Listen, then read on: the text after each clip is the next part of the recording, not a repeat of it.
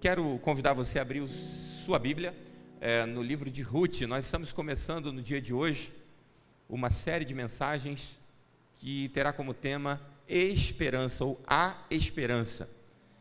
E eu creio que será uma grande bênção na nossa vida.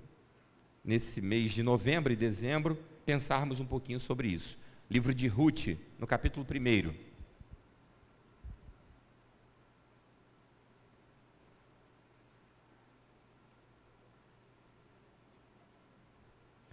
Ruth, capítulo 1, nos diz assim a palavra do Senhor. E sucedeu que nos dias em que julgavam os juízes, houve uma fome na terra.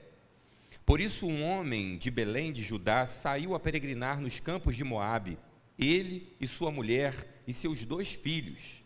E era o nome deste homem Elimeleque, e o da sua mulher Noemi. E os dos seus filhos, Malom e Quilion, efrateus de Belém de Judá. E chegaram aos campos de Moabe e ficaram ali. E morreu Elimeleque, marido de Noemi, e ficou ela com os seus 2 filhos, os quais tomaram para si mulheres moabitas, e era o nome de uma Orfa e o nome da outra Ruth. E ficaram ali quase 10 anos. E morreram também ambos, Malom e Quilion, ficando assim a mulher desamparada dos seus 2 filhos e do seu marido.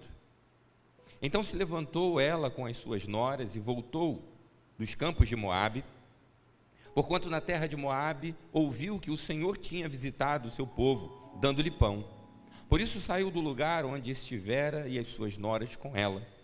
E indo elas caminhando para voltarem para a terra de Judá, disse Noemi às suas noras: Ide, voltai cada uma à casa de sua mãe, e o Senhor use convosco de benevolência, como vós usastes com os falecidos e comigo.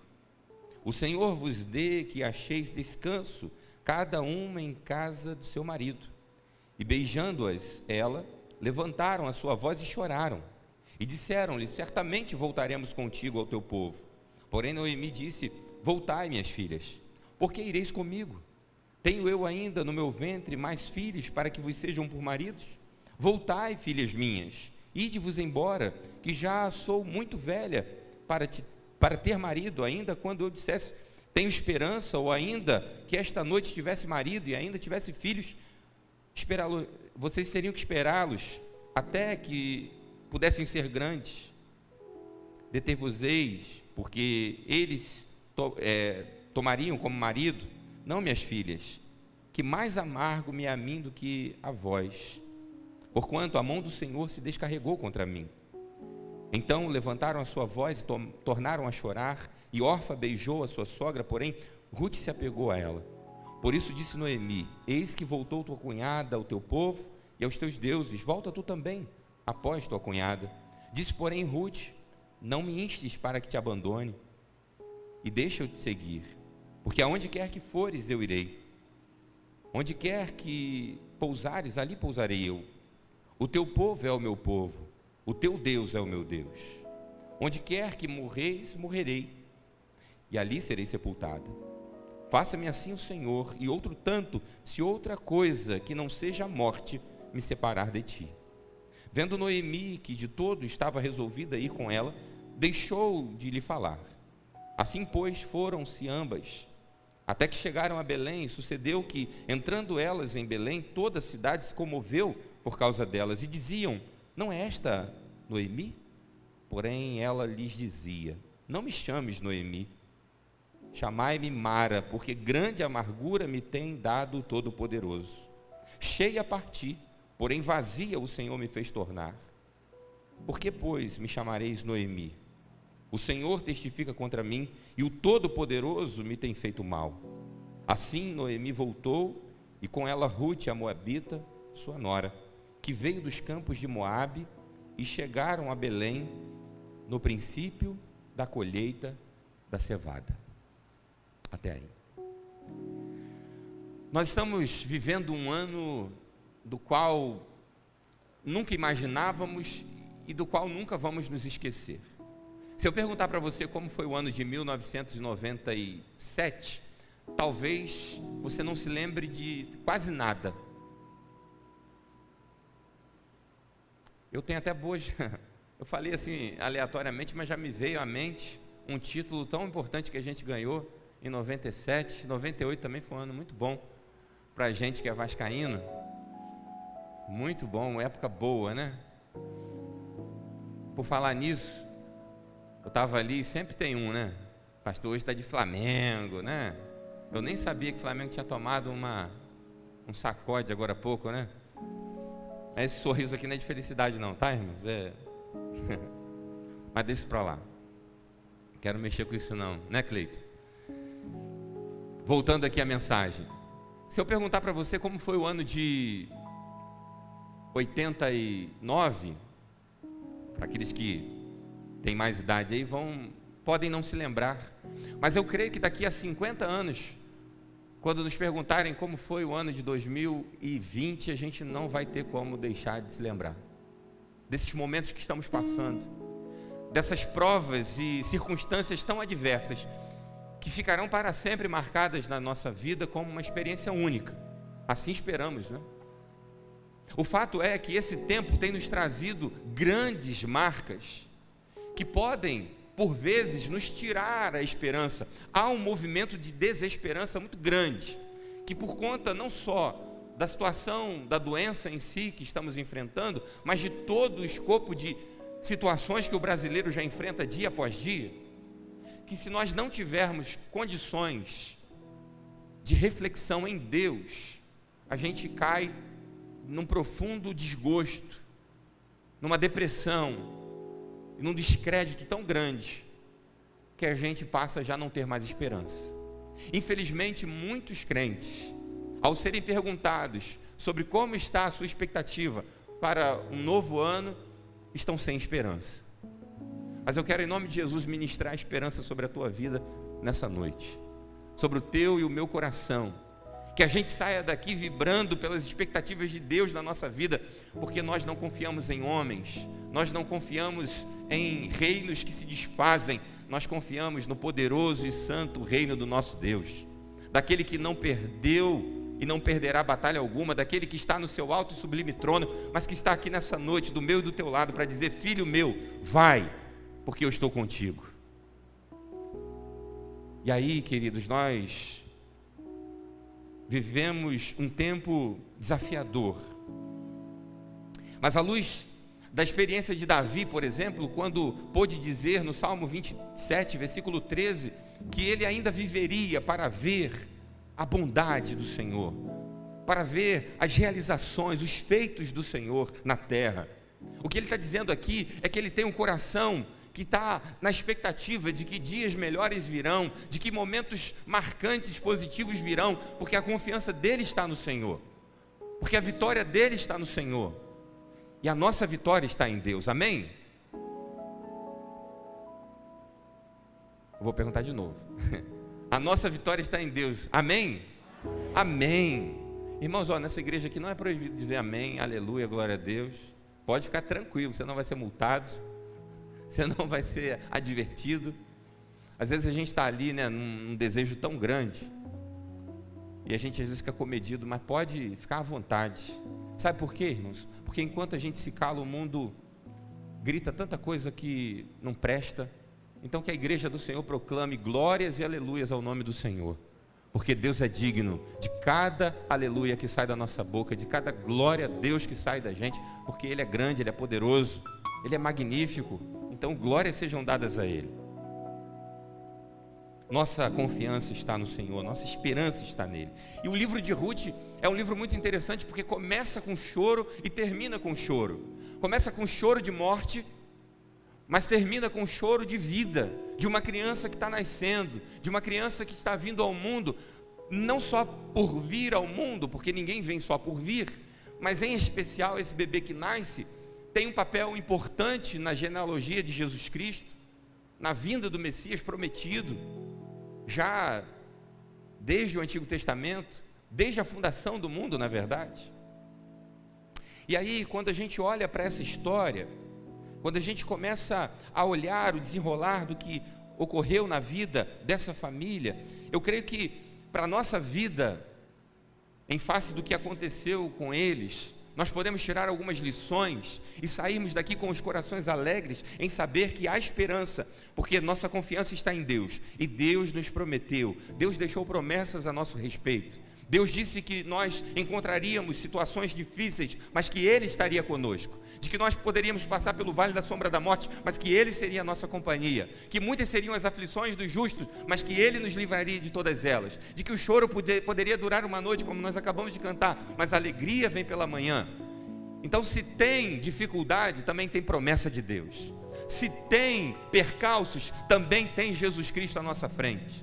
E às vezes a gente se esquece disso e entra num discurso pessimista, num discurso desanimador, quando ao nosso lado caminha o Senhor dos Senhores, caminha o Rei dos Reis, quando à nossa frente está o Todo-Poderoso, aquele que nos prometeu que nós somos mais do que vitoriosos em seu nome, aquele que disse à sua igreja que ela prevaleceria contra o inferno e não ao contrário. As portas do inferno não prevalecerão, ou seja, a igreja vai com tudo para cima do inferno, e o inferno tem que recuar, porque à frente da igreja está o seu estandarte, que é Jesus Cristo. Quando nós olhamos, irmãos, para a palavra do Senhor, ela inspira o nosso coração, e a história que a gente lê é que esse tempo que essa história ocorreu é no tempo dos juízes, um tempo de profunda crise, e parece que o pano de fundo dessa história não é nem Israel, é no Brasil, porque a gente tem uma crise moral. As pessoas só buscam a Deus nesse tempo dos juízes por aquilo que Deus pode dar. As pessoas buscavam a Deus, Deus dava a bênção e a pessoa saía. A gente ainda tem hoje, no tempo de hoje, pessoas que só estão atrás da bênção, frequentam uma igreja durante um tempo e quando conseguem o prêmio, parece que conseguiram ganhar na loteria da fé, e aí não tem mais necessidade, eu volto quando o negócio apertar de novo. E nós damos a alegria do nosso coração em glorificar o nome do Senhor, quando a gente olha para vidas de pessoas que estão, batalhando, que estão vencendo dia a dia, mas que não desgrudam do seu Deus. Coisa boa, irmãos, é quando a gente chega diante de uma pessoa que você humanamente poderia dizer, olha, essa pessoa tem direito, humanamente falando, né, claro, de se revoltar contra Deus, essa pessoa tem direito de falar que Deus não existe mesmo, mas ela está ali, do meu Deus eu não largo. Que coisa maravilhosa, que coisa maravilhosa você está aqui nessa noite, você que está do outro lado dessa tela do computador, enfim, do celular, e que está aí, e que está aqui, e que diz assim, olha, eu sei que sem o meu Deus eu não vivo, o meu Deus é tudo para mim. Esse povo está vivendo uma crise moral, mas não só isso, esse povo também está vivendo uma crise espiritual. Quando começa o livro dos Juízes, diz que era um tempo onde cada um fazia o que queria, ou seja, me deu vontade de fazer, eu estou fazendo, não estou nem aí, eu faço o que eu acho que é certo. Parece com o dia de hoje, parece com a sociedade próxima. Havia também uma crise econômica. É por isso que Billy Graham certa vez disse que a Bíblia é mais atual do que o jornal de hoje. E ele tinha razão quando falou isso. Em um tempo onde o relativismo e o liberalismo está tão grande, é bom que a gente olhe e lembre-se de afirmações como essa. A Bíblia é mais atual do que o jornal de hoje. Eu posso dizer que a Bíblia é mais atual do que o jornal de amanhã. A Bíblia é mais atual do que o jornal de 2050, se esse ano existir, porque ela já fala sobre um tempo vindouro, do qual irá acontecer, porque diz a sua própria palavra que cai a folha, murcha a flor, mas a palavra do Senhor permanece para sempre. E aí há uma fome, há uma crise econômica também. E quando a prova vem, às vezes a gente tem algumas atitudes, aqueles que caminham sobre a resignação, ou seja, aquele povo que aguenta firme as pancadas, aquele povo que decide que vamos embora, e a gente resiste, mas ao mesmo tempo se tornam pessoas frias, pessoas muitas das vezes menos dóceis, porque estão tão calejadas de enfrentar a luta e da resignação, mas que também têm com isso o ônus de perder a sensibilidade. É comum ver gente muito guerreira, ao mesmo tempo se tornar também muito dura. Há outros que caminham para o escape. Vem a prova, ela corre. Quantos relacionamentos destruídos, quantas famílias que lá em março estavam juntas e hoje não estão mais. Relacionamentos familiares, profissionais. Quantas coisas foram se perdendo ao longo do caminho, porque ao apertar dos cintos, pessoas pulam fora do barco. Outros caminham pelo aspecto de não discernir o tempo, de não saber discernir o tempo. E o tempo de Deus, eu falava isso na quinta-feira, no culto pelo Facebook, se você acompanhou, você deve lembrar, sobre a importância da gente discernir o tempo, porque quando a gente não tem discernimento do tempo, a gente atropela as coisas, a gente ultrapassa barreiras, a gente faz coisas que não deveria fazer. Às vezes a gente faz coisa certa, mas no tempo errado. E aí a pior coisa que tem é fazer a coisa certa, mas não no tempo de Deus. A gente precisa alinhar a vontade de Deus e o tempo de Deus, aquilo que a gente faz. E é interessante porque quando a gente olha para a palavra de Deus, talvez não tenha ninguém mais do que Jó e José que tenham sofrido tanto. Eu acho que se a gente fizer uma pesquisa de sofrimento, o campeão e o vice é Jó e José. Daria até uma dupla sertaneja, né? Jó e José sofreram demais. Mas é interessante quando a gente olha para a vida de José. José é vendido pelos seus irmãos. José é aquele homem que foi parar na prisão por um falso testemunho, por uma acusação de estupro ou tentativa dele, do qual ele não cometeu. Mas um homem que soube olhar para a sua vida e entender que Deus estava no controle dela. E ao passo que encontra os seus irmãos de volta, ele diz: olha, não, fiquem tranquilos, porque eu entendo que toda essa confusão, todas essas circunstâncias, foi na verdade a mão de Deus me conduzindo até aqui. Ao passo que esse homem chega num determinado momento da sua vida, e quando Deus lhe dá seus filhos, ele não hesita em glorificar a Deus pelos filhos que Deus o deu, e assim que ele apresenta ao seu pai Jacó, quando ele pergunta e fica abismado, já imaginando que José estava morto, mas ele não só chega diante de José, José é perguntado por Jacó: quem são esses? Ele diz: são os filhos que o Senhor me deu. E aí, ele chama Manassés, Deus me fez esquecer. Ou seja, em outras palavras, tudo que ficou para trás ficou, chega. E ao outro, Efraim, Deus me fez ampliar, Deus me fez prosperar. Ele não está com o coração amargurado, ele não está com o coração destruído, porque ele sabe que todos os movimentos da sua vida foram, na verdade, a vontade de Deus o levando até onde ele estava. Quando a gente entende o tempo, quando a gente pode discernir o tempo na nossa vida, a gente entende que Deus é que está fazendo as coisas. Mas Elimeleque não, ele toma uma atitude precipitada, com um bom desejo no coração. Esse homem estava com boas intenções, e a gente sabe do ditado popular que rola por aí desde muito tempo, mas ele com boa intenção: minha família está passando fome, a coisa está braba, falta pão em Belém. E é interessante que Belém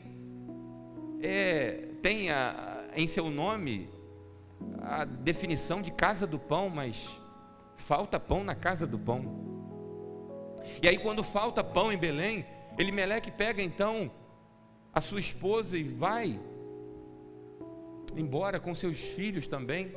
E aí vai Elimeleque, Noemi, Quilion, Malom, e eles vão para Moabe, que ficava a cerca de aproximadamente 80 quilômetros de Belém, não era distante.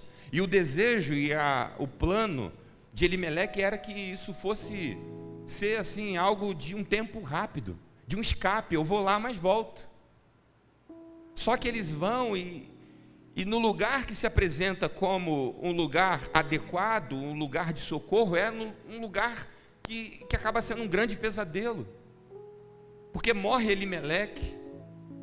Noemi fica então viúva, seus filhos que tinham casado com Orfa e com Ruth também morrem, e agora ficam as três. E aí elas vão vivendo a vida, ao passo que Noemi diz: olha, vão embora, vão, porque eu não tenho mais nada para oferecer, eu não tenho mais condições.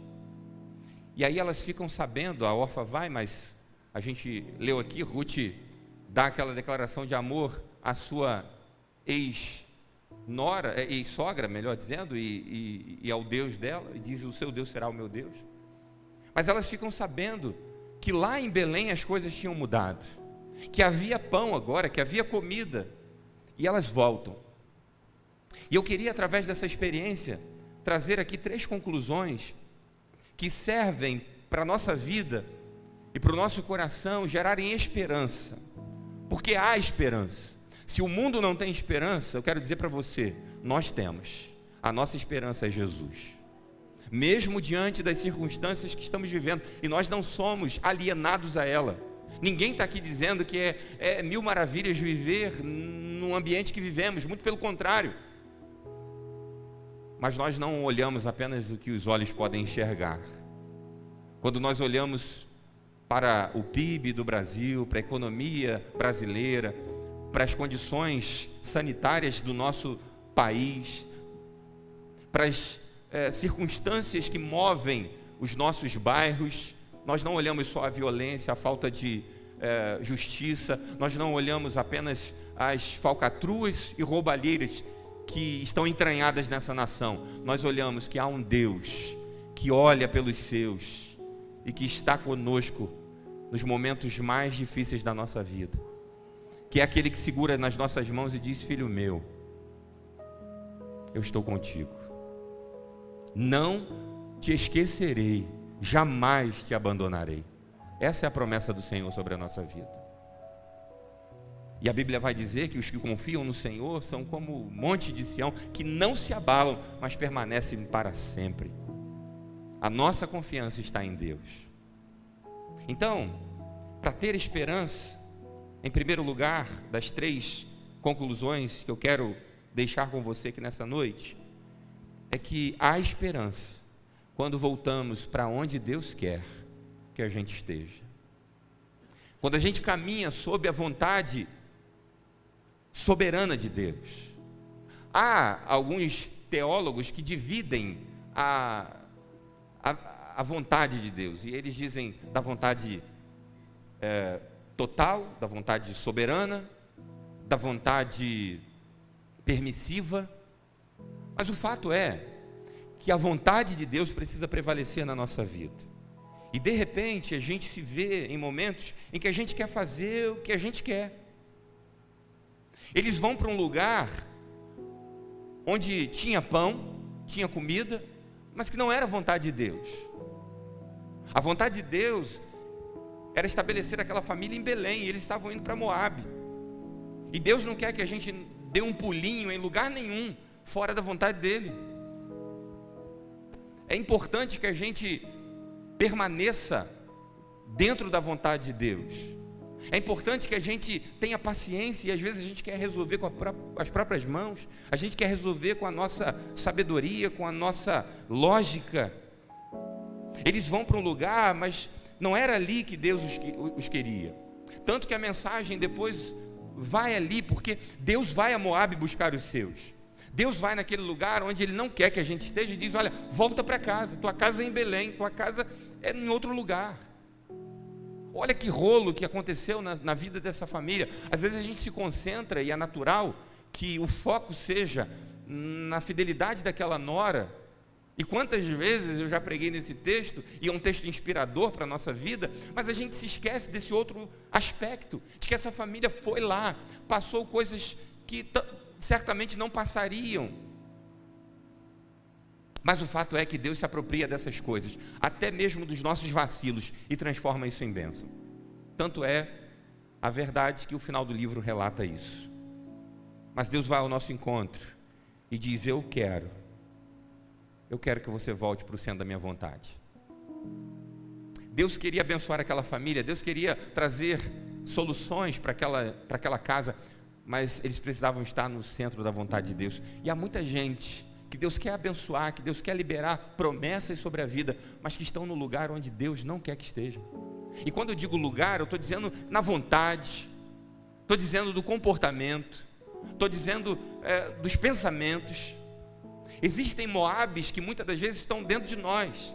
A gente não mudou de lugar físico, a gente não mudou um jeito de ser, mas dentro da gente existem alguns lugares sombrios, dos quais a gente vai, que não deveria ter ido, e que o Senhor vai lá e diz: olha, volta para casa, volta para a minha vontade. Eu quero derramar bênção sobre a tua vida, eu quero derramar promessas sobre a tua vida, mas aonde você está, não dá para eu fazer.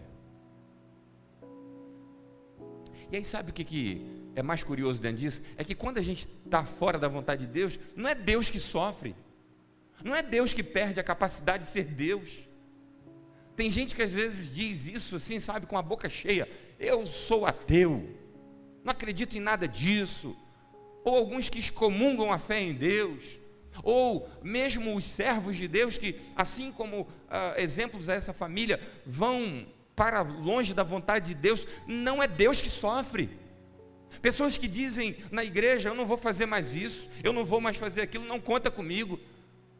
Pessoas que muitas das vezes vendem a sua fidelidade tão baratamente, uma fidelidade que deveria ser total, de um Deus que foi fiel a ponto de morrer, e diz a Bíblia, morte de cruz. E às vezes a gente fica nessas questões, sabe, achando que a gente está punindo Deus. Agora Deus vai ver só, agora o céu vai entrar em crise. Você já pensou? Eu amanhã ou depois dou a louca e digo assim: não quero ser mais pastor não, agora eu vou farrear. O céu vai entrar em crise. Imagina lá os anjos coçando a cabeça: mas Deus, isso não podia ter acontecido. Irmão, seria muita pretensão minha. O céu continuará sendo céu, os anjos continuarão sendo anjos, e Deus continuará sendo Deus. Ele não perde o seu poder, não perde a sua força, ele não deixa de ser Deus, porque eu acredito ou não acredito. Ele é Deus. Quem perde quando a gente está fora da vontade dele? Nós. Porque coisas dele estão para a nossa vida, mas em Moabe não tem como. Tem gente que está tentando fazer alianças com Deus, mas que está sujo, porque foi para Moabe, quem sabe para dar uma volta e voltar, mas não voltou, e está morrendo, como morreram Elimeleque, Quilion, Malom. Nós precisamos, em muitos momentos, juntarmos as nossas dores e decidirmos voltar para a posição onde Deus nos colocou. E essa noite é a noite de reencontro com aquele que vai até Moabe buscar os seus, com aquele que diz: olha, tem pão para você na tua casa, tem pão para você. Tem gente que diz: mas se eu não fizer nada, se eles ficassem lá e morressem de fome. Olha, irmãos, é vitória morrer com Deus do que achar que buscando as nossas próprias soluções a gente vai conseguir alguma coisa. Às vezes, do ponto de vista humano, tem gente bombando por aí. E a grande crise do salmista no Salmo 37 e no Salmo 73 é que ele está vendo a prosperidade dos ímpios. E ele está dizendo: Senhor, como é que pode? Gente que não te serve, gente que não te adora. Enquanto isso eu estou aqui roendo um osso danado. E essas pessoas estão lá, estão prosperando. E Deus abre os olhos do salmista e olha só, lá o fim deles é esse.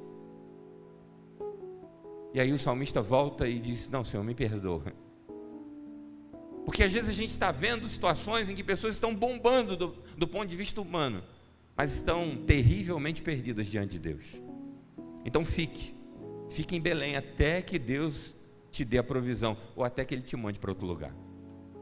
Em segundo lugar, há esperança, não só quando a gente volta para o centro da vontade de Deus, mas quando a gente para de olhar para as nossas impossibilidades. Se a gente olhar para a situação, olha, não tem esperança nenhuma mesmo não. E se a gente olhar para a realidade bíblica, o negócio só tende a apertar, é ou não é verdade? A coisa está se afunilando e só tende a se apertar. A promessa que a gente tem para o desenrolar das coisas, desde que Jesus passou por essa terra, é de que o amor se esfriaria, de que a perseguição seria mais intensa, de que as tribulações iriam aumentar. Então assim, Jesus veio e deu um monte de notícia assim, bombástica, né? Ele não falou assim, não, vamos embora, gente, vai ser legal a beça. Não tem um versículo assim, tem? Ó, vamos que vamos, hein? Quem está comigo, está com Deus, literalmente, né? Tá, vocês estão seguros, vocês estão em minhas mãos, mas olha, muitas são as aflições, muito será o choro. Ser fiel até a morte. Por que alguém fala um negócio desse? É porque o negócio vai ser difícil. E depois ele é mais explícito quando diz, olha, no final o amor de muitos esfriariam. Gente que já esteve na presença de Deus, ou pelo menos imaginava-se que estava, mas que hoje não quer saber mais de Deus. Gente que nesse momento está diante de um baile, de uma carreira de cocaína, e já esteve no altar cantando e adorando ao Senhor. Gente que está se prostituindo nesse momento, se vendendo. Gente que está numa cama de motel, traindo a sua própria família e a sua convicção, porque um dia pensaram estar no altar, mas nunca tiveram. Ou pelo menos estão como filho pródigo, provando das doces maravilhas que o mundo tem, porque se tem uma coisa que o pecado é doce. Só que o final dele é amargo e não compensa o início doce que ele traz para a nossa boca. E aí, quando a gente olha para a vida dessa família, a gente vê lá no versículo 11 do capítulo 1, Noemi dizendo assim, olha, voltem minhas filhas, voltem. Por que vocês vão me acompanhar? Porventura trago eu ainda no meu seio filhos? Nem se marido eu tivesse agora e filhos eu pudesse dar, vocês teriam que esperar esses meninos crescerem. Eu não tenho mais nada para oferecer. E se a gente olhar para a realidade nossa, a gente pode dizer, olha, a gente não tem para onde correr. A gente tem um ambiente desfavorável, a gente tem gente doida no poder, e aí eu não estou falando aqui de um governo, eu estou falando de todos os governos, porque até hoje nós não tivemos um governo 100% sadio, não vamos ter, terrenamente, humanamente falando, mas é um atropelo de situações, onde cada um busca o seu próprio interesse, onde as alianças não é pelo bem comum, mas é para que eu saia certo da situação e coloque todo mundo como errado. Gente que se associa, e aí até gente religiosa, lideranças evangélicas, que se valem de um discurso de justiça, mas que na verdade, a maioria pelo menos está por puro interesse. Se a gente olha para a condição moral, espiritual, social da nossa realidade, a gente não tem esperança. E foi isso que Noemi fez. Ela olhou para ela e ela falou assim, meninas, vão embora que eu sou chave de cadeia para vocês, olha, vai, deixa eu voltar sozinha. E Orfa meteu o pé, fez nada de errado não, estava na razão, mas Ruth diz, não, eu vou ficar contigo. Agora uma coisa, irmãos, eu quero dizer que se a nossa esperança estiver no que a gente pode fazer, a gente está perdido.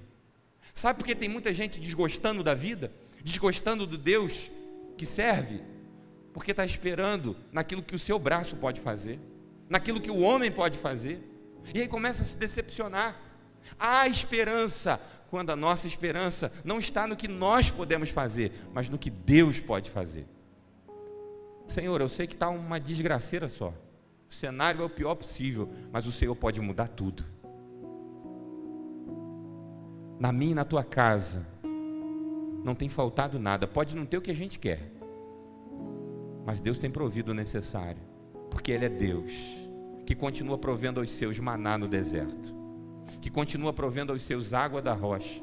Nesse tempo de pandemia, muita gente passando pelo desemprego, gente passando pelo aperto, mas o pão nosso de cada dia, o Senhor tem nos dado, porque tem se cumprido na minha e na tua vida, os desígnios de Deus, a provisão do Senhor.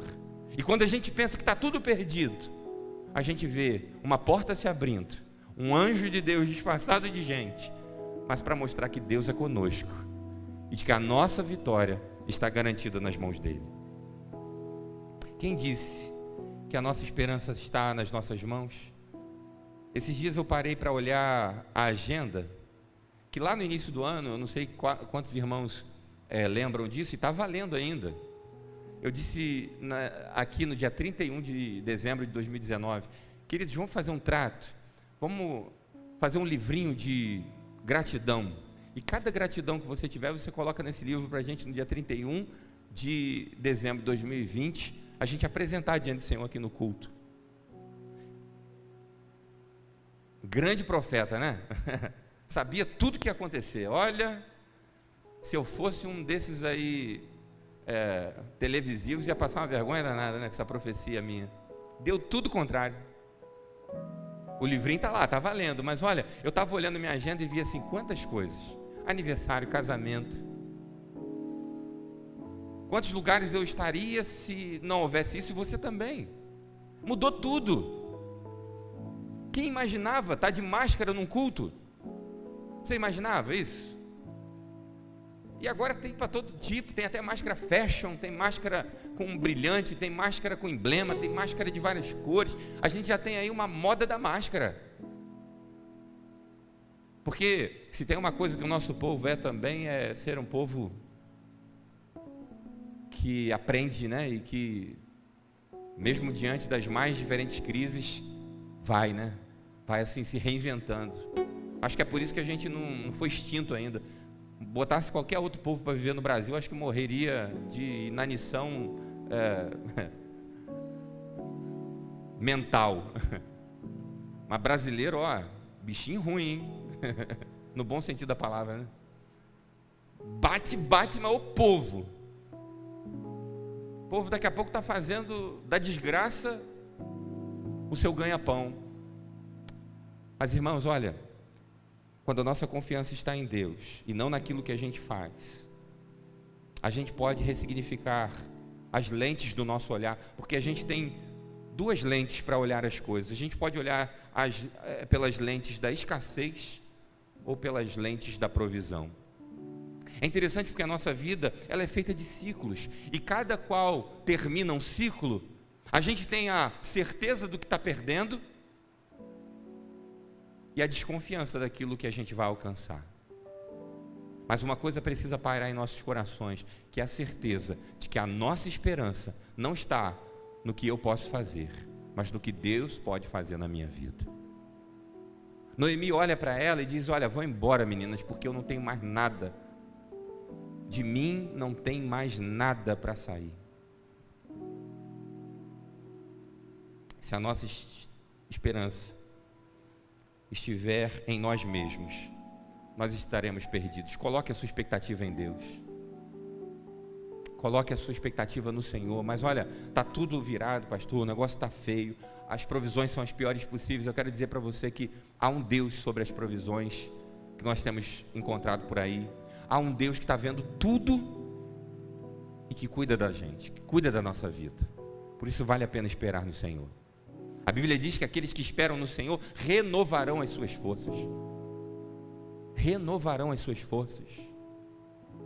Então, se você está precisando ser fortalecido, busque em Deus. Busque no Senhor. Senhor, eu confio em Ti. Confio. A minha esperança está em Ti. E em terceiro e último lugar, há esperança quando nós não nos tornamos naquilo que foi feito com a gente, nas experiências, sabe? Nas marcas. Quando a gente olha para a vida dessa família, agora voltando Noemi, apenas, né? Volta a Ruth, mas Ruth é moabita, está voltando com ela, mas aquele núcleo familiar vai com 3 e volta com uma, aliada a ela, a Ruth. E o povo começa a olhar, e a porta de Belém, eles enxergam Noemi vindo, e depois de 10 anos, uma coisa que era ali um pulo, lembra? Elimeleque sai e diz: olha, vou e volto. E ficam lá 10 anos, acontece tudo aquilo, e vem Noemi. E aí diz o texto, no último verso que lemos, desse texto do capítulo 1 de Ruth, lá no verso 22, que eles voltam no início da colheita da cevada. Quem é agricultor sabe que o grande momento da plantação é qual? É o da colheita. Se plantou, mas não colheu, foi uma catástrofe.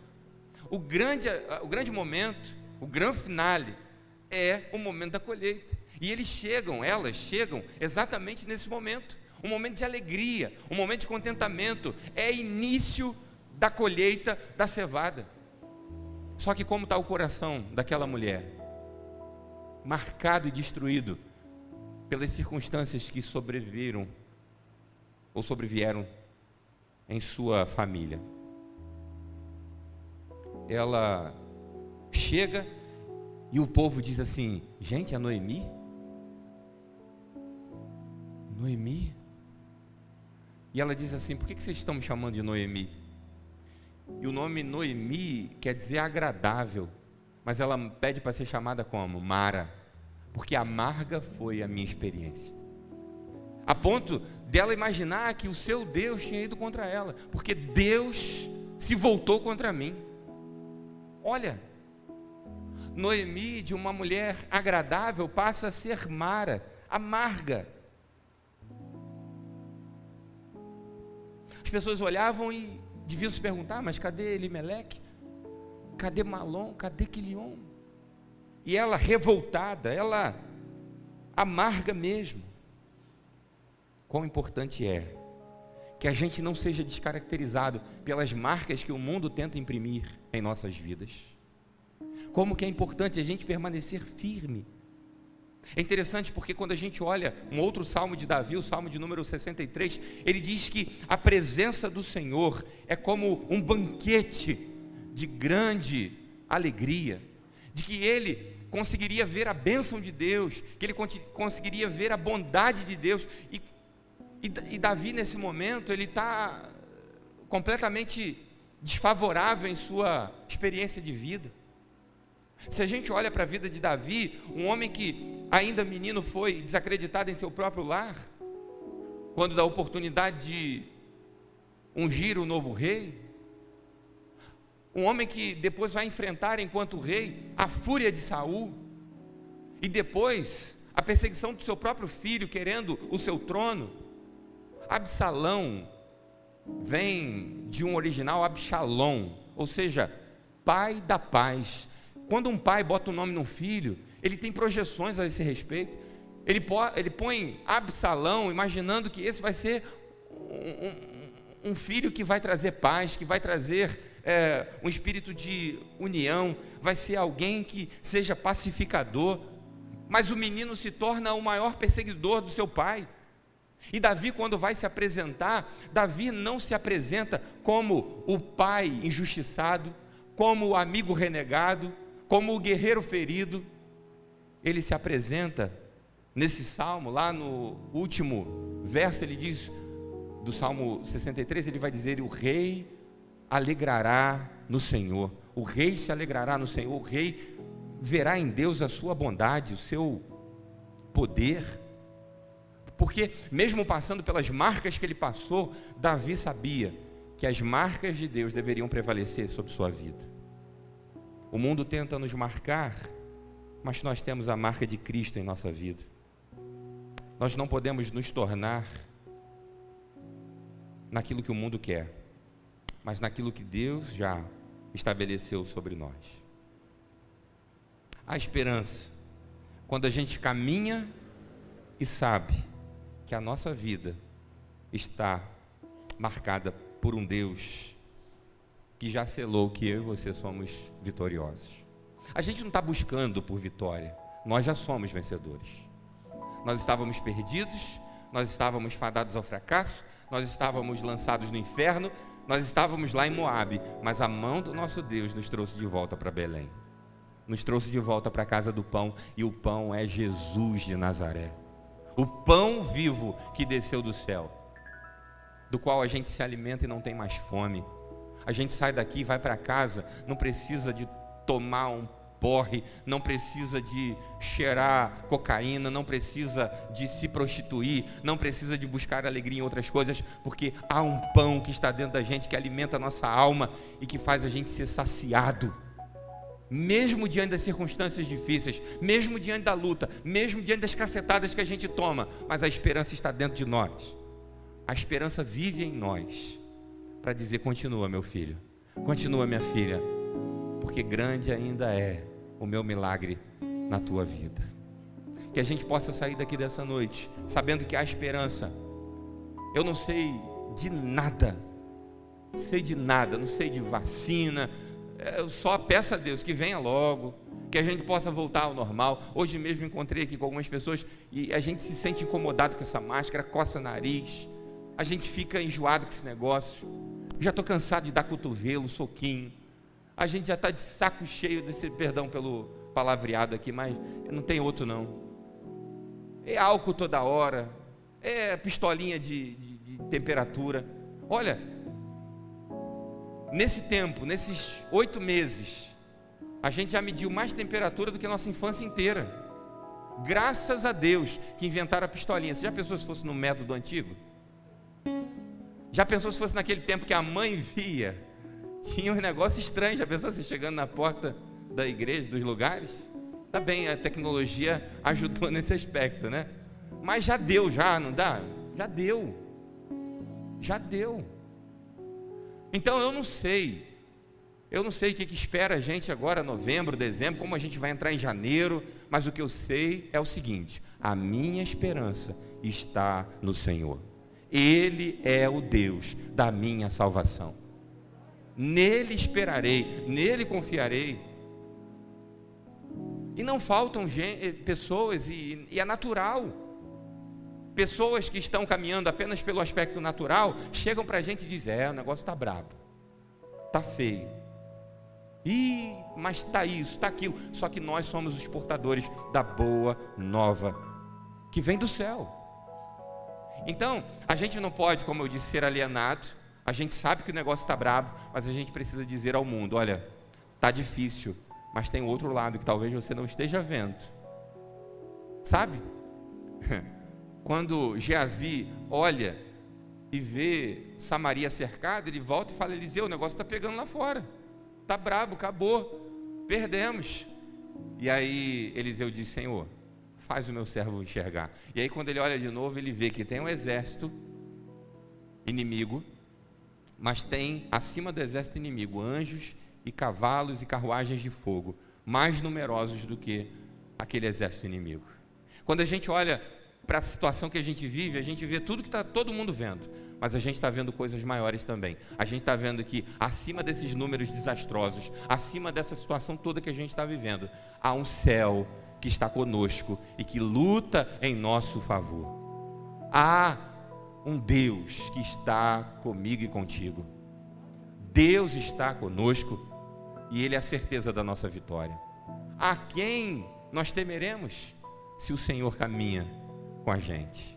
Então, que a gente possa seguir na força e no seu poder, sabendo que pode vir o que vier, mas nós somos aqueles que fomos declarados e marcados como mais que vencedores.